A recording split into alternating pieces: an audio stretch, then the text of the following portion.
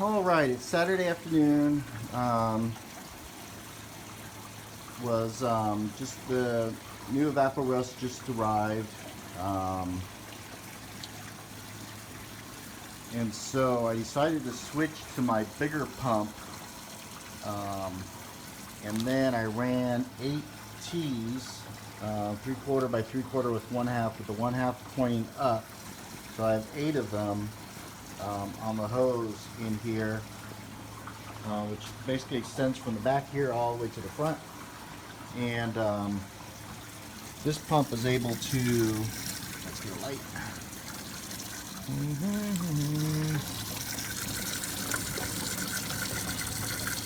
is able to support that many orifices,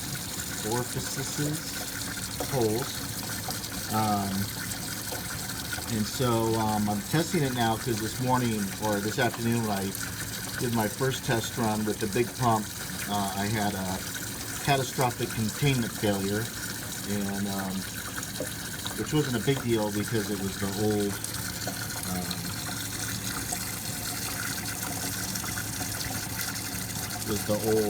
evaporust.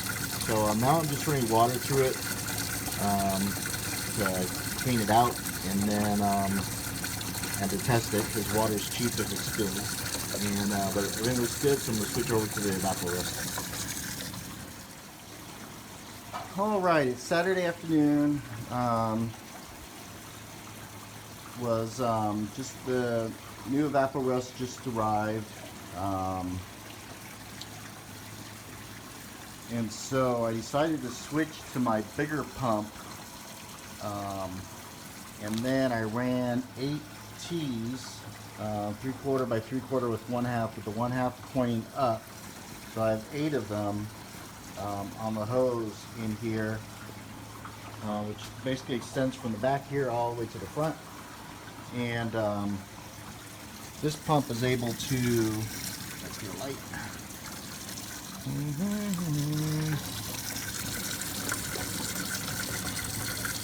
is able to support that many orifices, holes.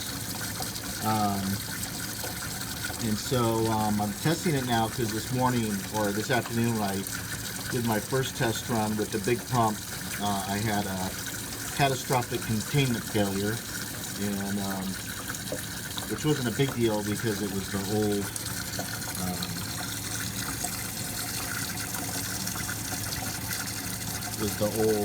evaporust. So now I'm just running water through it to clean it out, and then and to test it because water's cheap if it spills. And but everything looks good, so I'm gonna switch over to the evaporust. All right, so this pump moves a ton of water, and so I had to, because I've got those nozzles all spraying up all up and down. I was having water. It's kind of hard to aim.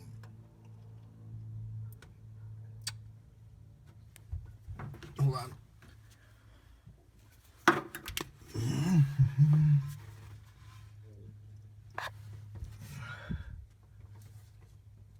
So there's a hole there that goes into the sill, and so I put that cork in there because water was coming out. Now I still have a little bit of water coming out right in here, so I'm gonna put my halogen shop light in here, get all this dried up, and because you don't want the bottom being wet.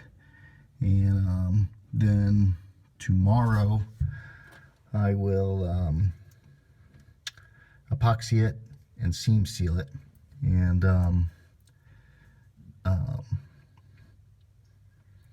so that way we won't get any more intrusion.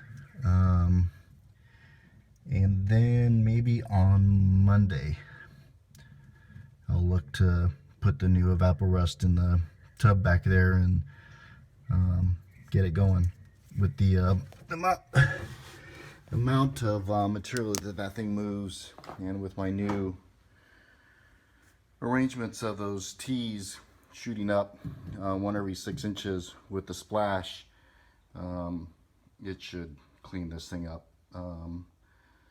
very quickly. I think that the chassis saver should be here on Tuesday.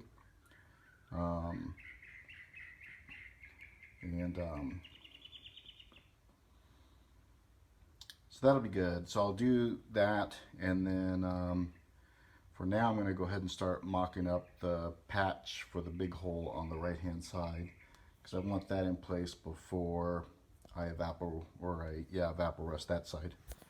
I still have the old one that's mostly used up. I'll do that as a first pass, and then we'll switch over to the new on that side.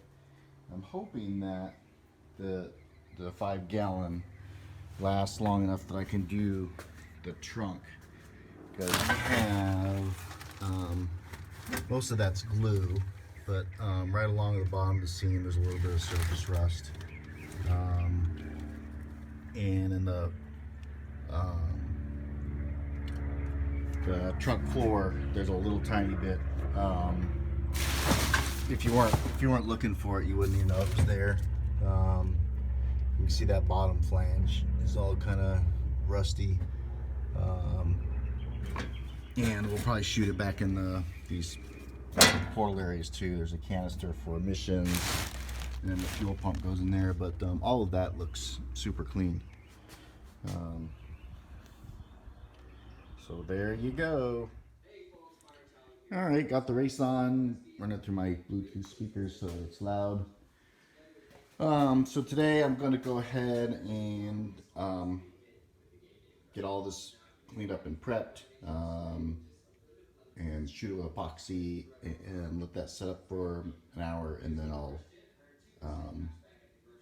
give the seam sealer a shot. All right, got this one all ground down.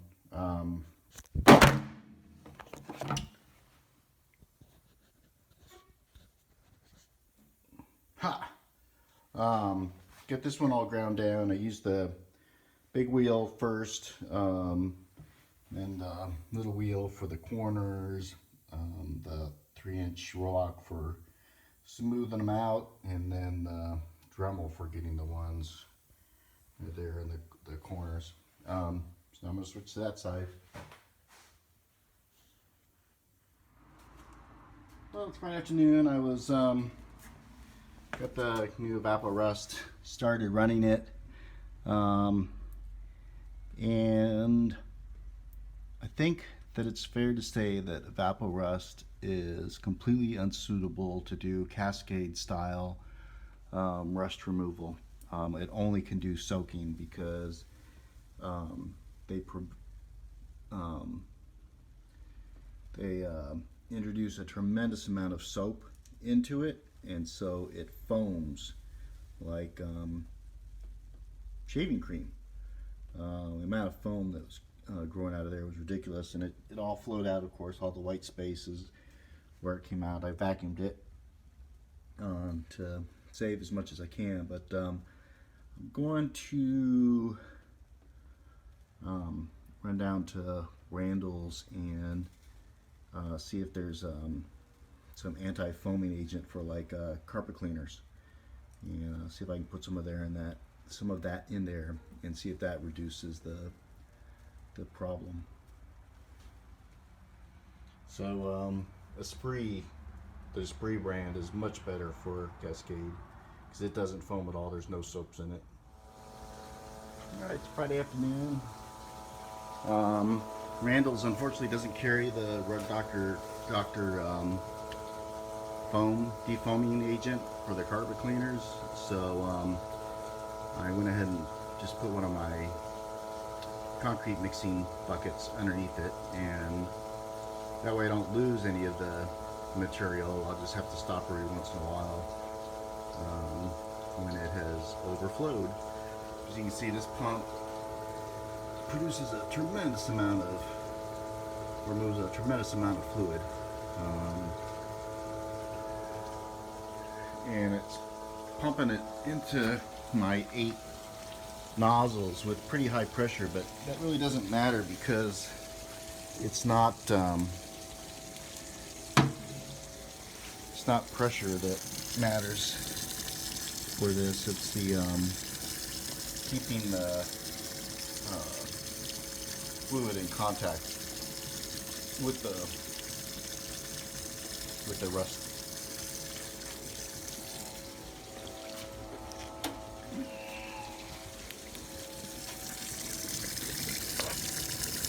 Yeah, it foams like crazy, doesn't it? You can see see the nozzle squirting out. You can see it splashing, and then so it's getting the inside of this panel here. So that'll be all nice and clean metal when I weld that panel in there.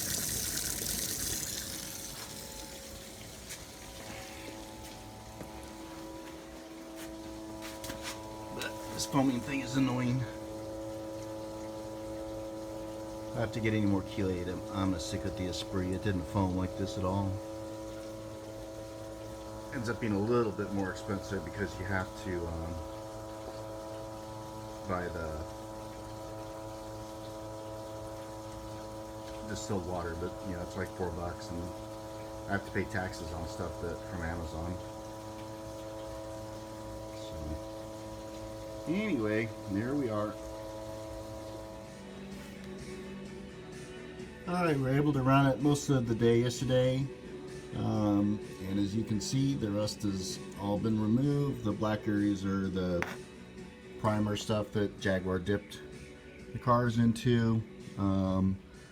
So I'm going to go ahead and run it for the rest of the day while I'm trimming hedges. I'll shift the spouts a little bit to make sure we're getting complete coverage, and then this afternoon what I'll probably do is do a cleaning solution because the evaporust is sticky, so that wasn't anything that I did last time, it's just sticky.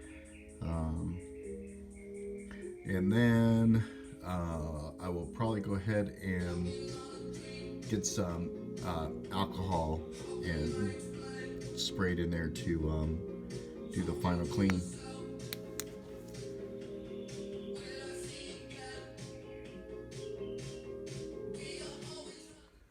Alright, so I have finished flushing the driver's side sill out. The results, I think, are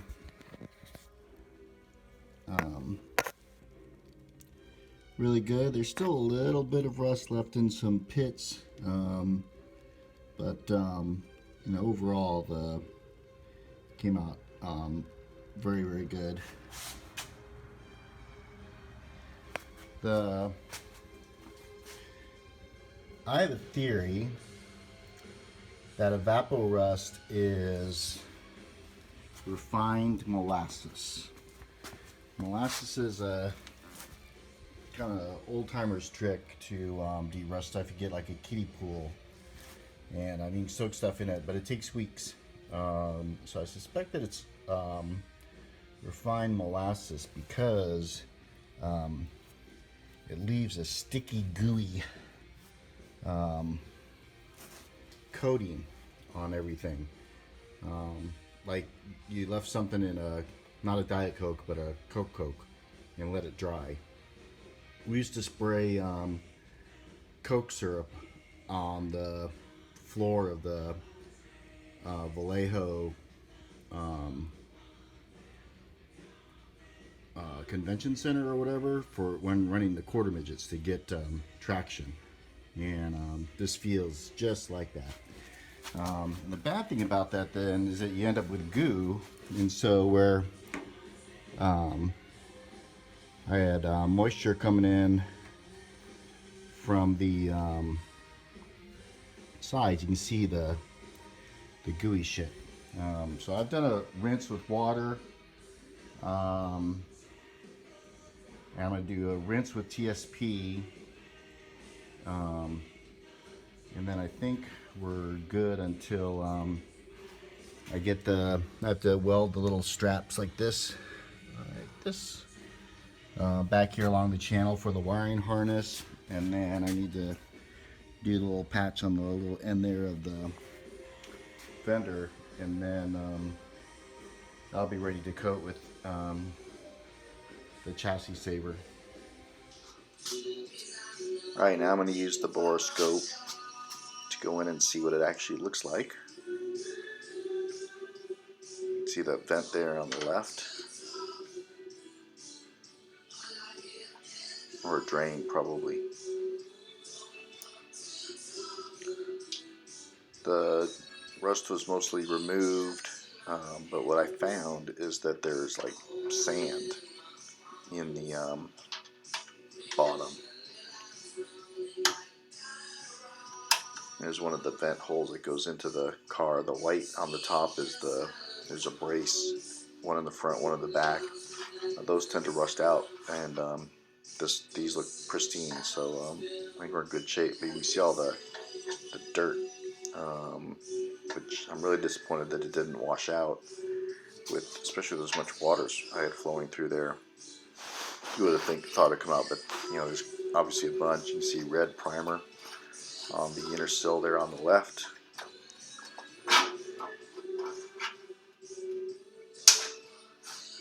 And digging into the dirt with the camera.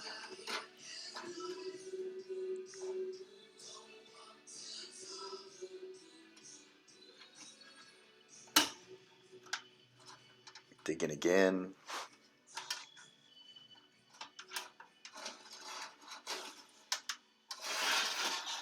No, there we go, got it cleared off.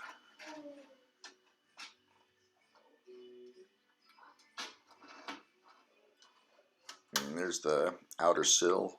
You can see that it's all nice and clean. No rust at all.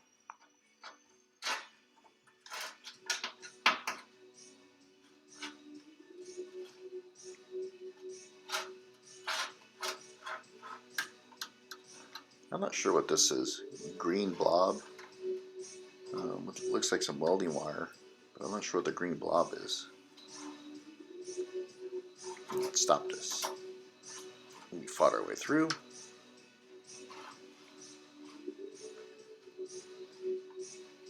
And you can see the other brace in the back.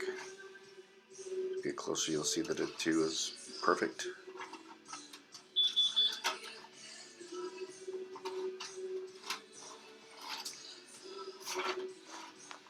And we made it all the way to the back of the sill. And there's still dirt there. So I think I need to make up like a pick to put on the end of my wire fish that I can run along and break up the dirt that's at the intersection of the inner sill on the left and the outer sill that curves up towards the right, and scrape that up, and then use some funny tubing with a 90-degree bend on it, coupling that I can melt the end to get it into a corner point that I can then run along the inside of that sill to get it all cleaned up.